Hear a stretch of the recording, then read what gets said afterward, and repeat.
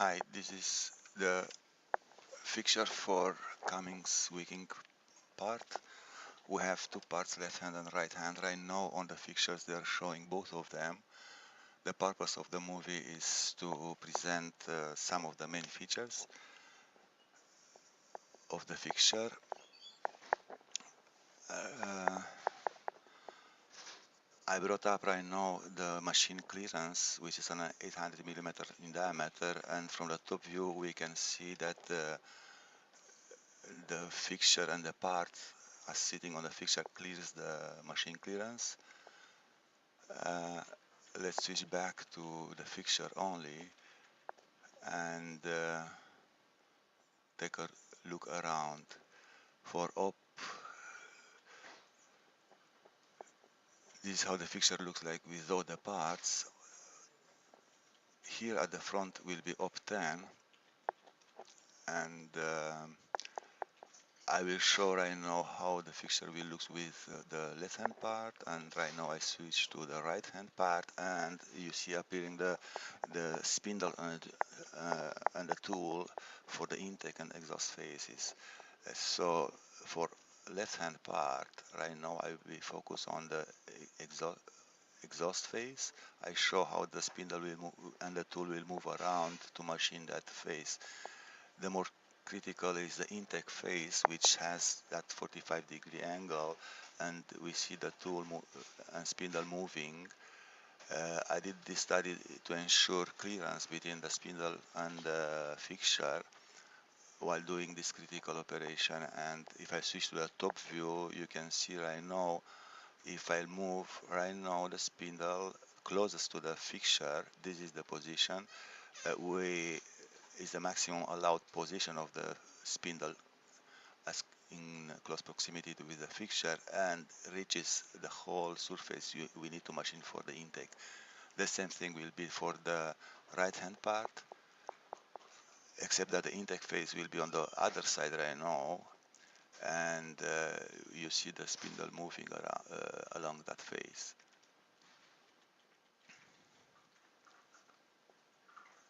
Right hand part shown, right, and right now we are looking at the exhaust phase. From the top view also we see that the clearance is ensured uh, while machining the most critical points on that phase. Right now for the upper position of the intake phase on the right hand part, we see clearance with the fixed support. And if I will move the tool at the bottom, we can visualize right now the lowest point we have to machine. It's that line where spindle has to move for that surface, which became blue. So that one is the lowest position, and you see the yellow fixed support clears the tool, and of course the whole fixture clears the tool and the spindle as machining that face also. I switch to the default configuration, so no spindles anymore, and we'll look right now. Here I had a glitch on the software while recording the movie, but soon we'll have the fixture. Yes, and we will look at the operation 10.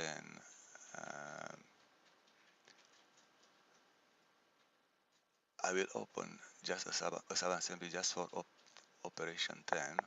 This is a sub-assembly part of the whole fixture. We see it, the both parts, left hand and right hand, are sitting on the fixture, just to analyze the commonality between the two of them. One of the clamps over the Y3 support. This is the cylinder which clamps over the X1 support. The support is at the bottom, and I will look right now at the X2 cylinder. This one here. Also, I found common faces for both parts, left hand and right hand. Right now we are looking at the spring preloaded clamp, which just serves to hold the part while the operator loads the part before clamping and after. The same spring preloaded clamp, which is a roller, Uh, I show here the area where it's going to touch the part, and how works is going to lift up about a quarter of an inch, enough for the operator to pull the part on the fixture, and after that the roller is going to hold the part. The clamp at the bottom over Y1 clears everything over there, and clamping back, there are two of them. We just saw Y1, and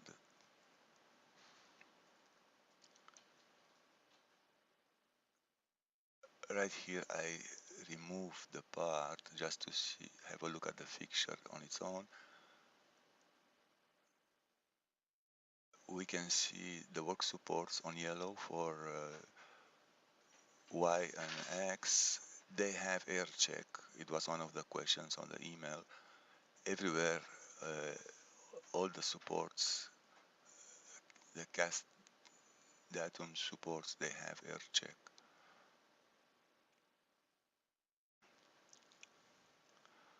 Looking at the back of the fixtures, we have the arrangement for op20, and I will isolate a smaller subassembly which has only the op20. Both fixtures, both parts are shown right now.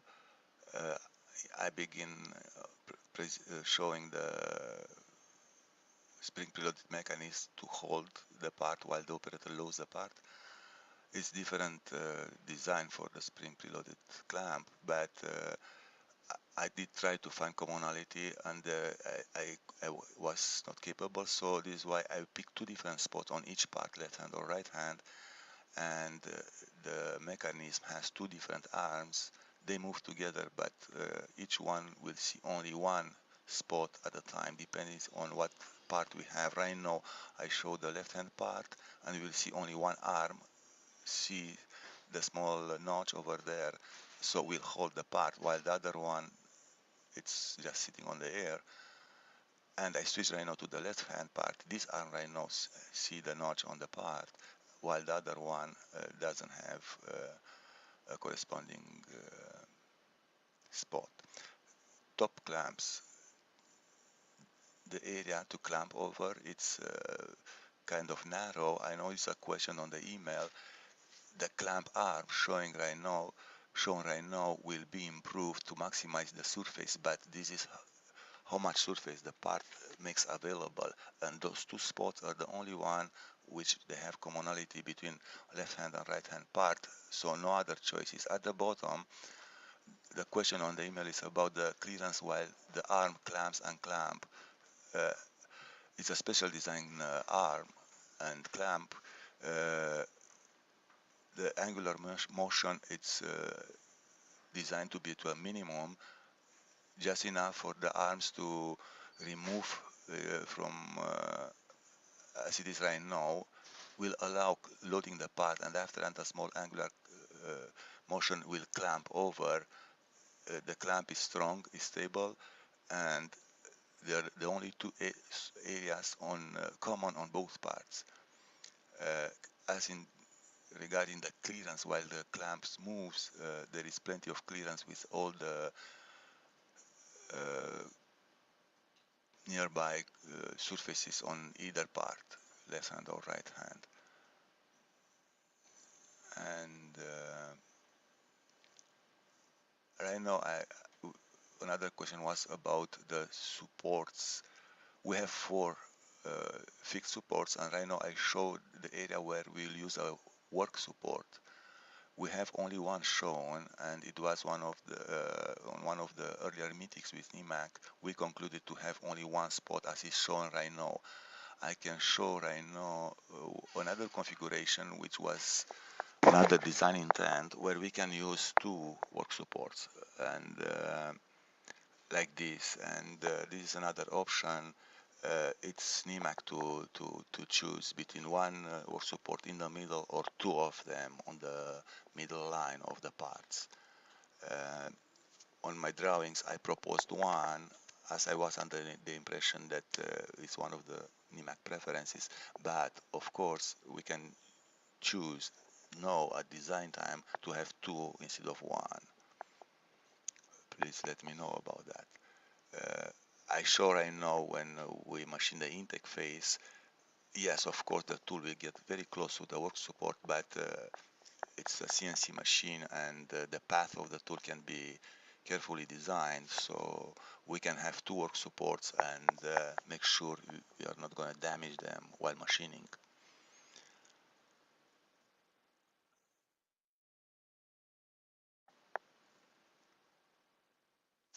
I play right now showing one or two work supports, and but in the middle of the part, somewhere halfway the height of the fixture is the only area where I can have work supports, one or two, no other areas. We can talk about that. Right now, the fixture as it is, the movie is kind of finished. I just show you right now for a show how the fixture is composed of so many sub-assemblies and components, and this is just for a quick reference. What this concludes the movie, and thank you for your patience. 11 minutes and 48 seconds. Thank you.